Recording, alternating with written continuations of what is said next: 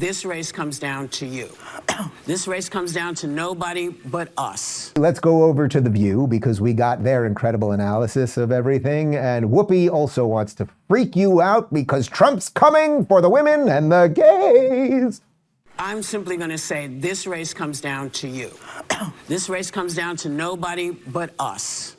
This is all of us. So pick what you want. You know, you want your friends to be able to feel like they don't need to be afraid should they happen to be gay? Do you want your friends who are women to not be afraid of the country that they're in? These are choices that are made at the bottom line. In each city, each town, the people we elect are the people who are moving forward, who will be making these decisions for us. Pick the people who are fighting for the things that you want.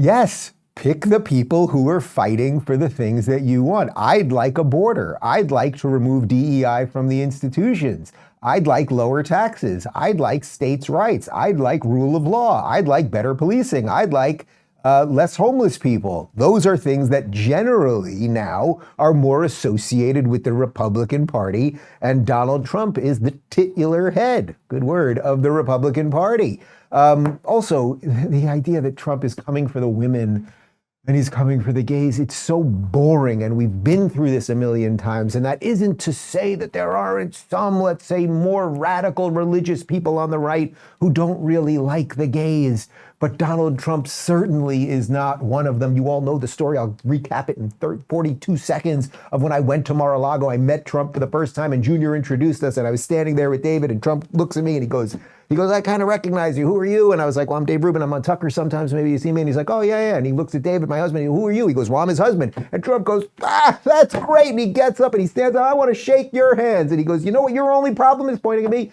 Your only problem is you guys are too handsome. You could have any chick you want, but you want this guy. And then he's like, Melania, can you believe it? These guys are gay. And it was just like, it was fun and normal and decent.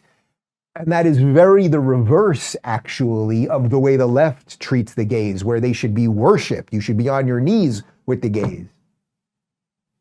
No? That's what he said. There you go.